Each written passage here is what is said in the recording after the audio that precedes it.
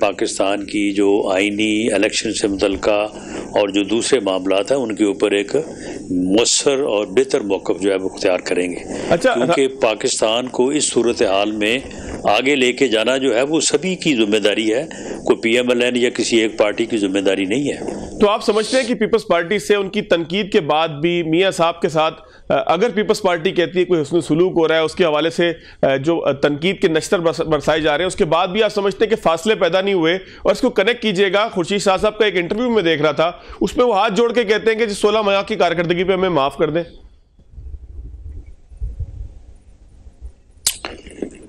دیکھیں, اگر 16 ماہ کی کارکردگی اتنی بری تھی تو انہیں پہلے 16 دن بعد یا 16 ہفتے بعد انہیں مستعفی ہو جانا چاہیے تھا. معافی تو وہ اس بات کی مانگیں یا ان سے اس بات کا حساب لیا جائے کہ اگر وہ کارکردگی کو اتنا برا سمجھتے تھے تو وہ 16 ماہ اس کارکردگی کے ساتھ چمٹے کیوں رہے؟ انہوں نے کیوں نہیں 16 ہفتے بعد ہی کہا کہ جی میں اس کارکردگی کے ساتھ جو ہے وہ آگے نہیں چل سکتا؟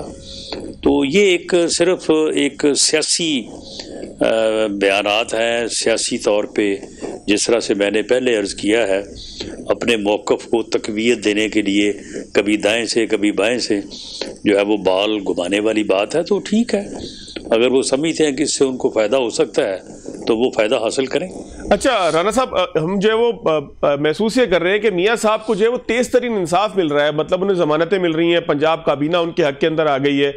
پھر ہم نے دیکھا کہ نادرا پہنچا ایئرپورٹ کے اوپر, وہاں پر میاں صاحب کو جو ہے وہ, آپ بلکہ وزیر داخلہ بھی رہے, اس کی وضاحت بھی کر دیجیے گا کہ یہ کیا سہولت سب کو موجود ہوتی ہے نادرا کی طرف سے کہ وہ کسی کو جو ہے وہ ایئرپورٹ پر جا کے اس کے فنگر پرنٹس لے لیں؟ تو یہ ساری صورتحال کے اندر اگر آپ لوگ ایک جانب یہ کہیں کہ جس طریقے سے جو میاں صاحب کے خلاف کیسز ہوئے تھے, اس کے اندر ان کے ساتھ زیادتی ہوئی, ان کو جو ہے وہ پری پلان طریقے سے پھنسایا گیا, ان کی حکومت ختم کی گئی, ان کے ساتھ تمام ناانصافی کا معاملہ ہوا, تو پھر اس تیزی کے ساتھ جو ہے وہ انصاف ملنا, کیا یہ بھی انصاف کے تقاضوں کو کہیں پہ خراب کرنے کی یا اس کو پورا نہ کرنے کا سبب تو نہیں ہے؟ نہیں, دیکھیں, اگر کسی کے خلاف ایک ناانصافی ہوتی ہے, ظلم ہوتا ہے, زیادتی ہوتی ہے, تو اس کا جو وڈرال ہے وہ ہمیشہ خوش آئین ہے, اسے ویلکم کیا جانا چاہیے, اس کی تعریف ہونی چاہیے. برائی جب بھی ختم ہو, جتنی جلدی ختم ہو اتنا ہی بہتر ہوتا ہے. تو باقی یہ دیکھیں نا, ہمارے بعض لوگوں کا ایک وتیرہ ہے کہ انہوں نے بات کا بتنگڑ بنانا ہوتا ہے, نیگیٹو خبر انہوں نے چلانی ہوتی ہے. آپ مجھے بتائیں کہ یہ نادرا کے جو فنگر پرنٹس لینے والا مسئلہ ہے, یہ باقاعدہ سہولت موجود ہے, ایک معمولی یعنی مناسب سی پیمنٹ ہے, وہ آپ کریں تو یہ سہولت جو ہے وہ آپ کو فراہم کی جا سکتی ہے. پاسپورٹ کے معاملے میں بھی فراہم کی جا سکتی ہے, شناختی کارڈ کے معاملے میں بھی فراہم کی جا سکتی ہے, اکثر لوگوں کو کی جاتی ہے. تو یہ تو کوئی ایسی بات نہیں ہے کہ اگر میاں نواز شریف صاحب کو وہ سہولت فراہم کر دی گئی ہے تو ٹھیک ہے. اچھا رانا صاحب, یہ فرمائیے گا کہ کیا نواز شریف جو ہے وہ دوبارہ نون لیگ کے صدر بنیں گے اگر ان کو جو ہے وہ الیکشن سے پہلے نااہلی ان کی ختم ہو جاتی ہے؟ نااہلی والے معاملے پہ وضاحت کیجیے گا, آپ کن خطوط کے اوپر کام کر رہے ہیں؟ ظاہر ہے کہ آپ ماہر قانون بھی ہیں, لیجسلیشن کرتے بھی رہے ہیں اور پریکٹس بھی کرتے رہے ہیں دونوں چیزوں کی. تو میاں صاحب کے اب کیسز ختم ہونے کا جو پروسیجر ہے, ذرا اس کے حوالے سے 1 2 3 4 آپ کو کیا لگتا ہے کس طریقے سے ختم ہوگا؟ الیکشن سے پہلے نااہلی ختم ہو جائے گی, وہ دوبارہ صدر بن جائیں گے, ٹکٹس پہ وہ دستخط کریں گے یا شہباز صاحب کریں گے؟ کیا پلان کیا ہے اور نظر کیا آ رہا ہے آپ کو؟ دیکھیں, جہاں تک ان کی نااہلی کا معاملہ ہے تو وہ تو ختم ہو چکی ہے. پارلیمنٹ نے ایک لا پاس کیا ہے اور اس کے تحت جو ہے وہ نااہلی کی زیادہ سے زیادہ مدت جو ہے اس کا 5 سال کا عرصہ جو ہے وہ متعین کر دیا ہے. وہ لا جو ہے وہ اس وقت ان فیلڈ ہے, اسے نہ کسی نے چیلنج کیا ہے, نہ کسی عدالت نے جو ہے وہ اس کو کالعدم قرار دیا ہے یا اس کو اسٹیٹس کو کیا ہے. تو جب ایک قانون ان فیلڈ ہے تو نااہلی تو ان کی جو ہے وہ ختم ہے, کیونکہ ان کو 5 سال سے زیادہ کا عرصہ جو ہے وہ ہو چکا ہے. باقی جہاں تک پی ایم ایل این کا صدر بننے کا معاملہ ہے تو میرا خیال ہے کہ جو پارٹی قائد کا, پارٹی لیڈر کا عہدہ ہے وہ صدر سے بڑا ہے. تو میری رائے تو یہ ہے کہ انہیں as party leader he party کو جو ہے وہ لیڈ کرنا چاہیے. صدر میاں شہباز شریف صاحب جو ہے وہ بہتر انداز سے کام کر رہے ہیں. رانا صاحب ایک بریک لیتا ہوں, میں دوبارہ پھر آپ کی طرف آتے ہیں. ناظرین ایک بریک. بریک کے بعد خوش آمدید، رانا ثناء اللہ صاحب میرے ساتھ موجود ہیں۔ رانا صاحب، پارٹی کی بات آپ نے کی تو کل ایک خبر، ایک افواہ زیر گردش تھی کہ جی شاید خاقان عباسی صاحب کو چائنا جانے سے روک دیا گیا ہے اور کہا گیا کہ میاں صاحب سے پہلے ملاقات کریں۔ اس طرح کی باتیں بہت ساری ہو رہی تھی، ظاہر ہے کہ تصدیق اس کی آپ لوگوں نے ہی کرنی ہے۔ پھر بعد میں معلوم ہوا کہ خاقان صاحب چلے بھی گئے ہیں، جلسے میں بھی موجود نہیں تھے، تو کوئی پلان ہے ان کو منانے کا یا پارٹی ایکشن لے گی؟ پارٹی جو ہے وہ شو کاز جاری کرے گی ان لوگوں کے خلاف کہ جو میاں صاحب کے استقبال میں موجود نہیں تھے؟ نہیں، میرا نہیں خیال کہ شو کاز نوٹس جاری ہونا چاہیے۔ اگر وہ کسی وجہ سے یا ان کا کوئی مصروفیت تھی یا بہرحال کوئی بھی ریزن ہو سکتی ہے، اگر وہ جو ہے وہ استقبال کے لیے نہیں آئے تو یہ کوئی ایسا عمل نہیں تھا کہ جو وہاں پہ نہیں پہنچ سکا اس کو شو کاز نوٹس جاری کیا جائے۔ باقی ناراضگی بھی نہیں ہے، پچھلے دنوں وہ میاں صاحب کو مل کے آئے ہیں، تو اب بھی میں سمجھتا ہوں کہ جب بھی پارٹی کو ان کی ضرورت ہوگی تو انشاءاللہ تعالیٰ پارٹی کے ساتھ ہوں گے۔ اچھا رانا صاحب، میاں صاحب نے تقریر کی، کئی باتیں تھی اس کے اندر، انہوں نے کہا کہ انتقام نہیں لیں گے، انتقام نے ملک کو پیچھے کیا، اور بھی بہت ساری انہوں نے اپنے ساتھ ذاتی طور پہ پیش آنے والے معاملات کے اوپر بھی گفتگو کی۔ ان کا یہ پیغام جو تھا انتقام نہ لینے کا، یہ سابقہ عسکری قیادت کے لیے تھا، پاکستان تحریک انصاف کے لیے تھا، یا سب کے لیے تھا؟ یہ سب کے لیے تھا۔ اس کی وجہ یہ ہے کہ پچھلے 5 سال اور بالخصوص پونے 4 سال جو پی ٹی آئی کا دور گزرا ہے، اس ملک کا بٹھا بٹھایا یہ سوچنے ہے۔ عمران خان کی انتقامی سوچ، انتقامی کارروائیوں نے اس ملک کی اکانومی کا، اس ملک کی سیاست کا، اس ملک کے پولیٹیکل کلچر کا بیڑا غرق کر دی، اور اس کی یہ سوچ جو ہے یہ ہمیں لے ڈوبی ہے۔ اگر اس سوچ کو مزید کنٹینیو کیا گیا تو میرا نہیں خیال کہ ہم پھر جو ہے وہ خدا نخواستہ ایسی صورت ہو کہ ہم اپنا وجود جو ہے وہ کھو بیٹھے اور بنیادی طور پہ جو ہے وہ کسی نقصان میں چلے جائیں۔ رانا صاحب، لیکن لوگ سوال کر رہے ہیں کہ ووٹ کو عزت دو کا بیانیہ تھا لندن میں، میاں صاحب کی جو آخری گفتگو ہم سن سکے ٹی وی چینلز کے ذریعے، اس میں انہوں نے نام لے کر تنقید کی، اس میں انہوں نے نام لے کر کہا کہ جی ہمیں ان تمام، بلکہ نون لیگ کا بیانیہ یہ تھا کہ نون لیگ کہتی تھی کہ جی ان تمام کرداروں کا بھی احتساب ہونا چاہیے، پھر چاہے وہ عدلیہ کے اندر موجود ہوں، چاہے وہ کسی اور جگہ پر موجود ہوں۔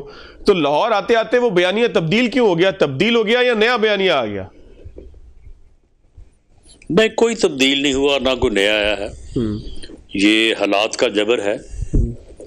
آج کے حالات میں جب 25 کروڑ یا 24 کروڑ عوام میں سے جو ہے وہ 99% لوگ جو ہیں وہ پریشان ہیں اکانومی کی وجہ سے، معاشی حالات کی وجہ سے، اور ہم ان کو چورن بیچیں کہ جی ہم فلاں کو پکڑیں گے، فلاں کو پکڑیں گے، فلاں کو جیل میں ڈالیں گے، فلاں کا جیل سے اے سی اتاریں گے، فلاں کو میڈیسن نہیں پہنچنے دیں گے، فلاں کو زمین پہ سلائیں گے، تو یہ چورن اب نہیں بکے گا۔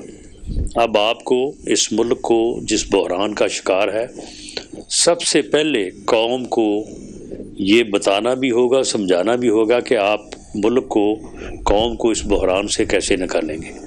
اس کے بعد جب پھر آپ اس بحران پہ قابو پا چکے ہیں تو پھر یہ اس قسم کے چورن، اس قسم کے بیانیے جو ہیں ان کے اوپر بات بھی ہو سکتی ہے، اگر کوئی عمل کرنا چاہے تو عمل بھی کر سکتا ہے۔ بالکل ٹھیک ہے، بالکل ٹھیک ہے رانا صاحب، لیکن یہ فرمائیے گا کہ نون لیگ کہیں پر بھی جو ہے وہ اصرار کرتے نظر نہیں آئی کہ الیکشن فوری کروائے جائیں یا الیکشن کی تاریخ کا اعلان کیا جائے۔ 28 جنوری تاریخ گردش تو کر رہی ہے، لیکن ظاہر ہے کہ ابھی اس کا اعلان ہونا باقی ہے۔ دوسری نے پیپلز پارٹی کہتی ہے کہ جی ہر محاذ کے اوپر جائیں گے، فوری الیکشن کروائے جائیں، تو آپ لوگوں کی جانب سے خاموشی ہے۔ پھر علوی صاحب نے حامد میر صاحب کو انٹرویو میں کہا کہ جی مجھے تو شک ہے کہ جو وہ اس تاریخ کو الیکشن ہو پائیں گے نہیں ہو پائیں گے، تو سیاسی کارکن تو الیکشن کے بغیر رہ نہیں سکتا، تو آپ لوگ کیوں خاموش ہیں؟ ہم اس لیے خاموش ہیں کہ ہمیں پتہ ہے کہ الیکشن ہو رہے ہیں۔ جن لوگوں کو شک ہے وہ شور ڈال رہے ہیں یا مطالبہ کر رہے ہیں۔ کیا آپ کے پاس کیا اطلاع ہے 28 کو ہی ہو رہے ہیں؟ کوئی جی بالکل، الیکشن جو ہے وہ جنوری کے آخری یا فروری کے پہلے دوسرے ہفتے میں ہو رہے ہیں، اور یہ ڈیٹ جو ہے یہ انشاءاللہ تعالی 30 نومبر کو جیسے ہی ڈیلیمیٹیشن کا مرحلہ مکمل ہوتا ہے تو ڈیٹ آ جائے گی۔ ہمیں اس کے اوپر پورا اعتماد ہے، یقین ہے، تو اس لیے ہمیں اس قسم کا شور شرابہ کرنے کی ضرورت نہیں ہے۔ تو آپ لوگوں نے پلاننگ شروع کر دی ہے, آپ لوگوں نے الیکشن کیمپین شروع کر دی ہے جو جس سپیڈ سے شروع ہوتی ہے, اور پھر خاص طور پر یہ فرمائیے گا کہ 16 ماہ کی کارکردگی کو اگر سامنے رکھیں تو کیا آپ کو جلسہ یہ دیکھیں جی کریں آپ. میں عرض یہ کر رہا تھا کہ اگر 16 ماہ کی کارکردگی کو سامنے رکھیں تو آپ کو لگتا نہیں ہے کہ آپ نے بہت کچھ لوز کیا ہے جس کو گین کرنے کے لیے آپ کو الیکشن کیمپین بھی ویسے ہی چلانے پڑے گی؟ تو کوئی پلان ہے آپ کے پاس؟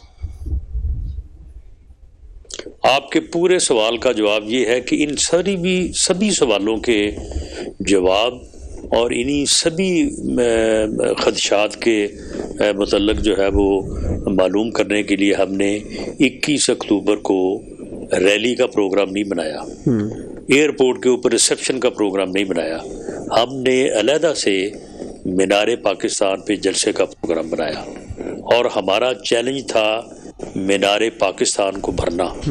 ہم نے اللہ کے فضل سے اس دن پورے لاہور کو بھر کے دکھایا, اور ایک اتنی بڑی پولیٹیکل ایکٹیویٹی کی ہے, تو اس کے بعد یہ سارے خدشات جن کا آپ نے ذکر کیا ہے وہ دور ہو چکے ہیں. اچھا رانا صاحب, اسد کیسر صاحب نے ملاقات کی ہے مولانا فضل الرحمان صاحب سے, وہی مولانا فضل الرحمان کے جن کے اوپر جو الفاظ جلسوں میں کھڑے ہو کے عمران خان صاحب کہا کرتے تھے وہ اس قابل بھی نہیں ہے کہ ٹی وی کے اوپر بیان کریں. ظاہر ہے میں تو نہیں کرنا چاہتا, وہ بڑے نازیبا قسم کے الفاظ وہ کہتے رہے ہیں, ہنستے رہے ہیں, ساتھ ان کے لوگ بھی ہنستے رہے ہیں, کراچی سے لے کے خیبر تک ہر جلسے میں وہ یہی بات کرتے رہے ہیں. اب ملاقات کی ہے, آپ سمجھتے ہیں کہ سیاسی جماعت کی حیثیت سے تحریک انصاف نے درست راستہ اپنایا ہے کہ اپنے سیاسی مخالفین کے ساتھ بات کی جائے, تعزیت پہ جایا جائے, بیٹھا جائے؟ ورنہ تو خود جو قیدی صاحب ہیں وہ تو کہتے تھے کہ کسی سے بات نہیں کرنی. دیکھیں یہ مکافات عمل ہے اور درست راستہ ہے ہی, یہی درست راستہ ہم عمران خان کو 4.25 سال بتاتے رہے ہیں, سمجھاتے رہے ہیں, لیکن آخر وہ اپنے انجام کو پہنچا ہے تو اسے سمجھ آئی ہے. درست راستہ ہے ہی یہ. آپ سیاسی مخالفین کے ساتھ بات نہیں کریں گے, اختلاف رائے کو برداشت اور احترام نہیں کریں گے, تو آپ سیاست میں کیسے زندہ رہ سکتے؟ تو یہ بالکل درست راستہ ہے. تو آپ کو لیکن اگر اس کا احساس ہو گیا ہے تو بڑی اچھی بات ہے. تو آپ کو لگتا ہے ان لوگوں کو بھی ریلیف ملنا چاہیے کہ جو اڈیالہ جیل میں ہیں, یا پھر شاہ محمود قریشی صاحب ہیں, یا پھر جو ہے وہ ان کے صدر پرویز الہی صاحب ہیں, ان سب کو بھی ریلیف ملنا چاہیے, الیکشن لڑنے کی اجازت ہونی چاہیے, لیول پلینگ فیلڈ ملنی چاہیے؟ اگر وہ بے گناہ ہیں تو ان کو بالکل ریلیف بھی ملنا چاہیے, الیکشن لڑنے کی اجازت بھی ملنی چاہیے. لیکن جو گناہ گار ہیں, جو 9 مئی کے واقعات میں ملوث ہیں, انہیں قطعاً ریلیف نہیں ملنا چاہیے, انہیں سزا ملنی چاہیے. اور کوئی بندہ اس بنیاد کے اوپر پروسیکیوشن سے آزاد نہیں ہو سکتا کہ جی کیونکہ اس نے الیکشن لڑنا ہے تو لہٰذا جو اس نے جرم کیا ہے, قتل کیا ہے, اس کو ایک طرف رکھے, پہلے اسے الیکشن لڑنے دیں, پھر اس کے بعد اس پہ مقدمہ چلائیں گے. ایسے کبھی نہیں ہوتا, نہ کوئی پاکستان میں قانون ہے, نہ پوری دنیا میں ہے ایسا. جن لوگوں نے 9 مئی کا جرم کیا ہے, گناہ گار ہیں, ان کو سزا ملنی چاہیے. جو بے گناہ ہیں ان کو ریلیف ملنا چاہیے, اور انہیں الیکشن میں حصہ لینے کی اجازت ہونی چاہیے. اور سائفر والے کو؟ سائفر بھی ایک بہت نازک مسئلہ ہے. اس سے پاکستان کا بہت نقصان ہوا ہے قومی لیول پہ, انٹرنیشنل لیول پہ. اس میں بھی بے گناہ کو عزت اور ریلیف اور گناہ گار کو سزا ہونی چاہیے. اچھا رانا صاحب, بالکل ایک آخری, اگر آپ 2 عدالتی معاملات کے اوپر کمنٹس کر جائیں. ایک فوجی عدالتوں والا کیس ریویو کی طرف جاری ہے نگران حکومت, دوسرا نیب ترامیم کا جو قانون کالعدم قرار دیا تھا سپریم کورٹ نے, اس میں ریویو میں جاری ہے. تو آپ اس پہ کیا کمنٹس کریں گے ایک قانون دان اور قانون ساز کی حیثیت سے؟ دیکھیں یہ دونوں ریویو جو ہیں یہ بڑی اہمیت کے حامل ہیں. فوج کی تنصیبات کے اوپر اور فوج کے پروہیبٹڈ ایریاز میں اگر کوئی اوفینس کمٹ ہوتا ہے اور ان کے ایسے دفاتر جہاں پہ ڈیفنس تنصیبات نصب ہیں ان پہ کوئی چڑھ دوڑتا ہے, آگ لگاتا ہے, لوٹ مار کرتا ہے, تو اس کا آپ چلان یا اس کا مقدمہ جو ہے یہ آرمی ایکٹ کے تحت چلایا جانا جو ہے یہ قرین قیاس لگتا ہے. اور پچھلے تقریباً 50 سال سے جو ہے وہ یہ 67 سے یہ قانون ہے اور یہ مقدمات چلتے رہے ہیں، لوگوں کو سزائیں بھی ہوتی رہی ہیں، لوگ بری بھی ہوتے رہے ہیں۔ اور جہاں تک نیب جو ہے وہ امینڈمنٹس کا معاملہ ہے تو وہ تو بندیال صاحب ایک طے شدہ ایجنڈے کے تحت جاتے جاتے کام کر کے گئے ہیں۔ انہوں نے جو عمل کیا ہے وہ بالکل غیر آئینی ہے۔ پارلیمنٹ کی ہوئی لیجسلیشن کو سپریم کورٹ اس طرح سے نل اینڈ وائٹ قرار نہیں دے سکتا، اس کے اوپر سپریم کورٹ کو نظر ثانی کرنی چاہیے۔ بالکل ٹھیک ہے، بہت شکریہ جناب رانا ثناء اللہ صاحب میرے ساتھ موجود تھے۔ ایک بریک لیں گے، بریک کے بعد آگے کی طرف چلیں گے۔ بریک کے بعد خوش آمدید، حسن رضا پاشا صاحب میرے ساتھ موجود ہیں۔ پاشا صاحب، گزشتہ روز ایک کارروائی ہوئی ہے سپریم جوڈیشل کونسل کی، جسٹس مظاہر نقوی صاحب کو شو کاز نوٹس دیا گیا ہے۔ اگر دو کیسز کو آپ ساتھ رکھ کر بیان کریں، جسٹس قاضی فائز عیسیٰ کے خلاف بھی کارروائی ہوئی تھی، اس کو بھی اور اس کو بھی اگر دیکھیں، ریفرنس کے اوپر کارروائی ہوئی، یہ جو ہے وہ ایک پرائیویٹ ریفرنس کے اوپر کارروائی ہوئی، تو کارروائی ہوئی یا کارروائی کے لیے شو کاز گیا، آپشنز کیا کیا ہیں، کتنی سنجیدہ ہے، کیا تھوڑا سا ذرا سمجھا دیجئے گا قانونی نقطہ نظر اس میں؟ دیکھیں، آپ دو ریفرنس کی بات کر رہے ہیں، ایک جسٹس قاضی فائز عیسیٰ صاحب کے خلاف اور دوسرا مظاہر علی اکبر صاحب کے خلاف۔ تو وہ جو قاضی فائز عیسیٰ صاحب کے خلاف تھا وہ ایک صدارتی ریفرنس تھا، اور اس وقت کی حکومت نے through proper channel supreme judicial council کو بھیجا اور اس پہ کارروائی شروع ہوئی۔ لیکن لائرز فریٹرنٹی کا ڈے ون سے یہ موقف تھا کہ یہ ریفرنس بدنیتی پہ مبنی ہے، اور جو جج صاحب کی جو کردار ہے وہ بڑا واضح ہے، بڑا کلیئر ہے، اور ان کی کریڈیبلٹی پہ کوئی حرف نہیں آ سکتا۔ اور ہم یہ سمجھتے ہیں کہ بار ایسوسیشنز اور بار کونسلز آئینہ ہوتی ہیں جوڈیشری کا، اور ان سے کوئی چھپ نہیں سکتا، پریزائڈنگ آفیسر، جج، چاہے سپیریئر کورٹ کا جج ہو چاہے عام جوڈیشری کا ہو۔ تو ہمیں پتا تھا کہ ان کی کریڈیبلٹی تو بار ایسوسیشن اور بار کونسل ان کے ساتھ کھڑی ہوئی، اور الحمدللہ اس میں کامیابی نصیب ہوئی اور وہ سرخرو ٹھہرے۔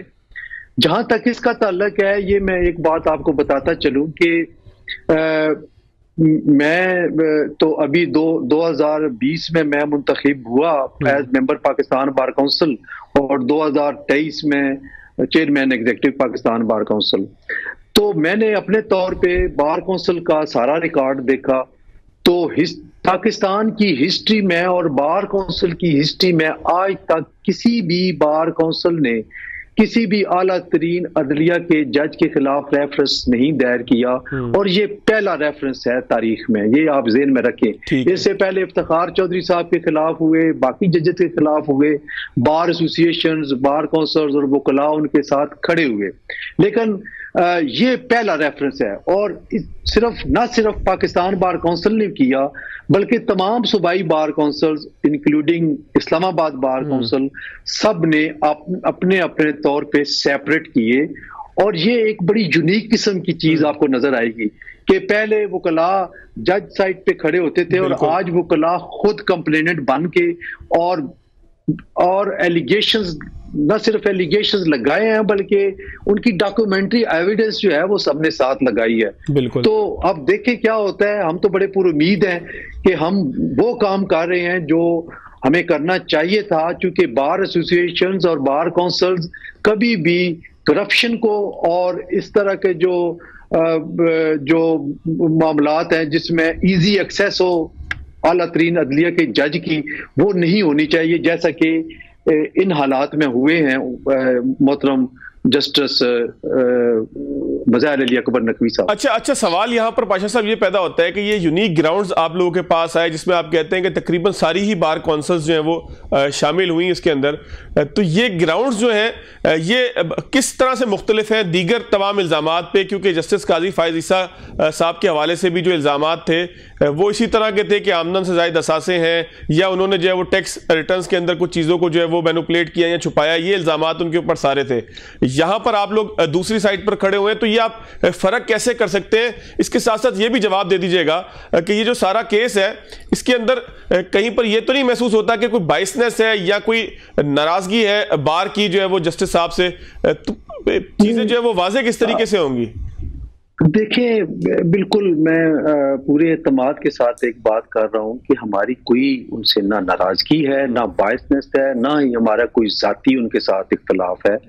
آپ دیکھیں کہ 2010 میں میں نے اتفاق دیکھیں کہ میں نے اسی بیچ میں بطور جج ہائی کورٹ حلف اٹھایا جس میں جسٹس مظہر علی اکبر صاحب نے بھی اٹھایا، اور میرے اچھے تعلقات ہیں ان کے ساتھ اس وقت۔ اب تو خیر نہیں ہے، اب تو وہ ناراض ہی لگتے ہیں، لیکن اس وقت بڑے اچھے تعلقات تھے اور ہم ایک بینچ پہ کافی عرصہ رہے ہیں، اور ایسی کوئی بات نہیں ہے۔ دوسرا یہ ہے کہ جب یہ معاملات سامنے آئے تو ہم نے اکیلے کوئی فیصلہ نہیں کیا، یعنی بطور چیئرمین ایگزیکٹو میں نے فیصلہ نہیں کیا کہ یہ فائل کرنا ہے۔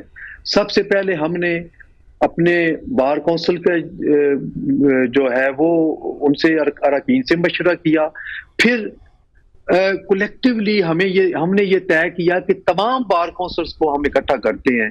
تو ہم نے پاکستان بار کونسل میں تمام پروونشل بار کونسلز کے وائس چیئرمین اور چیئرمین اور ممبر جوڈیشل کمیشن آف پاکستان ان کو ہم نے مدعو کیا۔ وہاں پہ سب کا کنسنسس ہوا کہ یہ جو حالات ہیں اور جس طریقے سے یہ جسٹس مظہر علی اکبر نقوی صاحب کام کر رہے ہیں تو یہ ہمارا ریفرنس بنتا ہے۔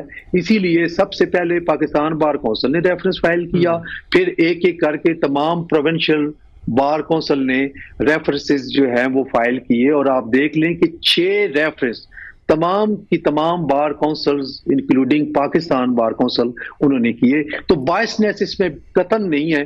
اب چلو اگر فرض کر لو for the sake of arguments میری کوئی بائسنس اگر کوئی یہ کہتا ہے تو باقی بار کونسلز کا کیا ہے؟ تو میں ہر ایک انڈیپینڈنٹ ہے، تو ایسی کوئی بات نہیں۔ پاشا صاحب، ریفرنس کا اصولی طریقہ کار کیا ہونا چاہیے؟ ایک وہ طریقہ ہے جو آپ لوگوں نے اپنایا، جس طریقے سے جو ہے وہ تمام بار کونسلز نے ایک ریفرنس دائر کیا۔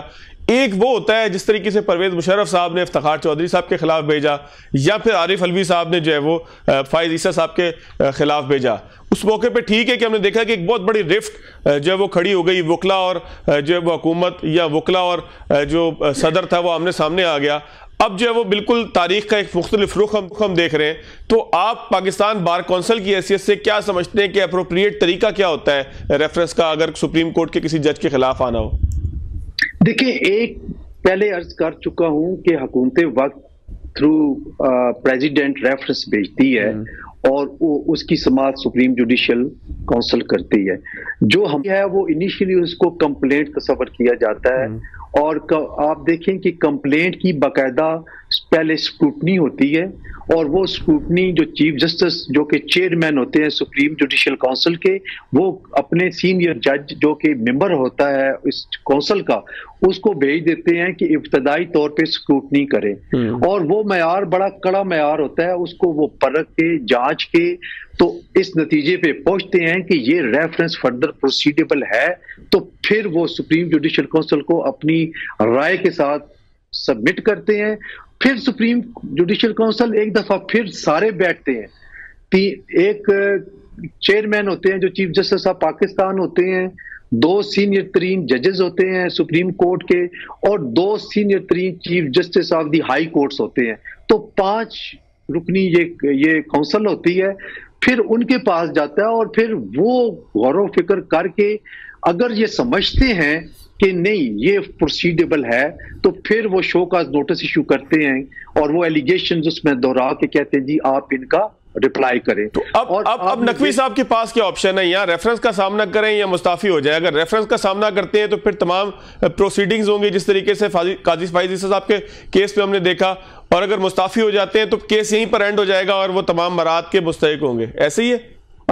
دیکھیں، ہمارا یہ احتجاج ضرور ہوگا کیونکہ ہم یہ سمجھتے ہیں کہ جو رانگ کمٹ ہوا ہے یا کوئی کرپشن کا کوئی ایلیمنٹ ہے تو وہ اپنی جگہ پہ موجود ہے۔ کسی جج کے استعفیٰ دے دینے سے وہ چیز ختم نہیں ہو جاتی، اور یہ روایت ختم ہونی چاہیے۔ اس کو انفریکچوس قرار دے کے ڈسپوزڈ آف کرنا یا نپٹا دینا That is not sufficient۔ آپ دیکھیں کہ سرکاری ملازم کوئی اگر کرپشن کیس میں ملوث ہوتا ہے تو اس کے استعفیٰ دینے سے اس کی جان نہیں چھوٹتی، جو کرمنل لائبلٹی ہے اس پہ ہوتی ہے، اور وہ ٹرائل فیس کرتا ہے. جزا سزا کا فیصلہ ٹرائل کے بعد ہوتا ہے. تو لائک وائز ہم یہ سمجھتے ہیں کہ اعلیٰ ترین عدلیہ میں آرٹیکل 209 کے تحت اگر کوئی کارروائی چلتی ہے تو استعفیٰ دے دینا اور ریفرنس کو انفریکچس قرار دینا اور پھر وہ تمام پرکس اینڈ پریولیجز انجوائے کریں، تو یہ نہیں ہونا چاہیے. اس پہ پھر ہماری ریزرویشن ہے. ہم اس پہ بھی اپنا point of view honourable supreme judicial council کے سامنے رکھیں گے. ٹھیک ہو گیا. اچھا پاشا صاحب، ایک آخری چیز ہے میرے پاس، آخری 2-3 منٹ ہے، اگر آپ 2 چیزوں کے اوپر روشنی ڈال دیں. فوجی عدالتوں کے حوالے سے نگران حکومت نے جو ہے وہ ریویو ڈالا ہے، ساتھ ساتھ نیب قوانین جو کالعدم ہوئے تھے، ترمیمی بل جو کالعدم ہوا تھا، اس کے اوپر بھی ریویو ڈالا ہے. تو ان دونوں کو آپ قانونی طور پر کتنا مضبوط سمجھتے ہیں؟ دیکھیں، فوجی عدالتوں کا تو ہمارا شروع سے ہی یہ سٹینس ہے پاکستان بار کونسل کا کہ سیویلینز کا ٹرائل فوجی عدالت میں نہیں ہونا چاہیے. ہاں، اب ڈیٹیل آرڈر آئے گا تو پھر پتہ چلے گا، کیونکہ کچھ سیویلینز پاکستان آرمی، نیوی اور ایئر فورس میں بھی سروس کرتے ہیں، اور اگر وہ کسی دہشت گرد کو فیسیلیٹیٹ کرتے ہیں یا اور کوئی، تو یقیناً ان کے فوجی عدالتوں میں کیس چلنے چاہیے. تو یہ اگر آپ سارا سٹرائک ڈاؤن کر دیتے ہیں تو یہ بھی ایک کوسچنیبل بات ہے کہ پھر ان کا کیا بنے گا. کیا ان کو بھی پھر عام عدالتوں کا فیس کرنا پڑے گا؟ تو یہ تھوڑا سا ہے. along with آرمی پرسنل کا تو لازمی ادھر ہی ہوگا، لیکن جو آرمی میں یا پاک افواج کے کسی بھی شعبے میں سیویلینز ہیں، ان کا کہاں ہوگا؟ تو یہ ایک ہے پوائنٹ جس پہ شاید ریویو کے لیے وہ گئے ہیں، تو جانا چاہیے ان کو. بہرحال ہم یہ اپریشیٹ کرتے ہیں کہ عام سیویلینز کا ٹرائل آرمی کورٹس میں نہیں ہونا چاہیے. نیب قوانین کے حوالے سے بھی اگر ایک کمنٹ کریں. نیب قوانین کے حوالے سے میں یہ ضرور بات کروں گا کہ اگر آپ جو جسٹس باکر جو کہ آج کل چیف منسٹر ہیں سپریم کورٹ کے، مقبول باکر، وہ جب نیب کا بینچ ہیڈ کرتے تھے سپریم کورٹ میں، تو متعدد بار انہوں نے یہ فرمایا کہ نیب جو ہے وہ پولیٹیکل انجینئرنگ کے لیے استعمال ہو رہا ہے، اور یہ ثابت بھی ہوا. آپ نے دیکھا ہوگا کہ کتنے پولیٹیکل لیڈرز پہ کیس بنے اور اینڈ ریزلٹ کیا ہوا کہ وہ بری ہو گئے، لیکن 3-4 سال ان کی بیل نہیں ہوئی، 10 سال بھی بیل نہیں ہوئی. تو یہ چیزیں دیکھنی پڑیں گی. نیب میں فلاز موجود ہیں، اس میں بددیانتی اور تعصب کا پہلو موجود ہے، پولیٹیکل وکٹمائزیشن ہوتی ہے، اور یہ جو امینڈمنٹس 80% ایسی امینڈمنٹس تھیں جو کہ سپریم کورٹ نے ریفر کی تھی، اور آپ کو یاد ہوگا کہ پی ٹی آئی کی حکومت نے بھی آرڈیننس کے ذریعے یہی امینڈمنٹ کی تھی. تو ساری امینڈمنٹ غلط نہیں ہے، البتہ سپریم کورٹ آف پاکستان نے تمام امینڈمنٹس کو یک جنبش قلم جو ہے ان کو ختم کر دیا. ہماری اس پہ ریزرویشن ہے، اور نیب کو اس انداز میں کام نہیں کرنا چاہیے، اور اتنے بااختیار جس طرح کہ ان کو کر دیا گیا، اور وہ جس کا دل چاہیں جیسے چاہیں وہ کر سکتے ہیں. تو یہ تھوڑا سا ہمیں اس پہ ریزرویشن ہے. بہت شکریہ حسن رضا پاشا صاحب میرے ساتھ موجود تھے. ناظرین، آج کے پروگرام سے اتنا ہی، اجازت دیجیے.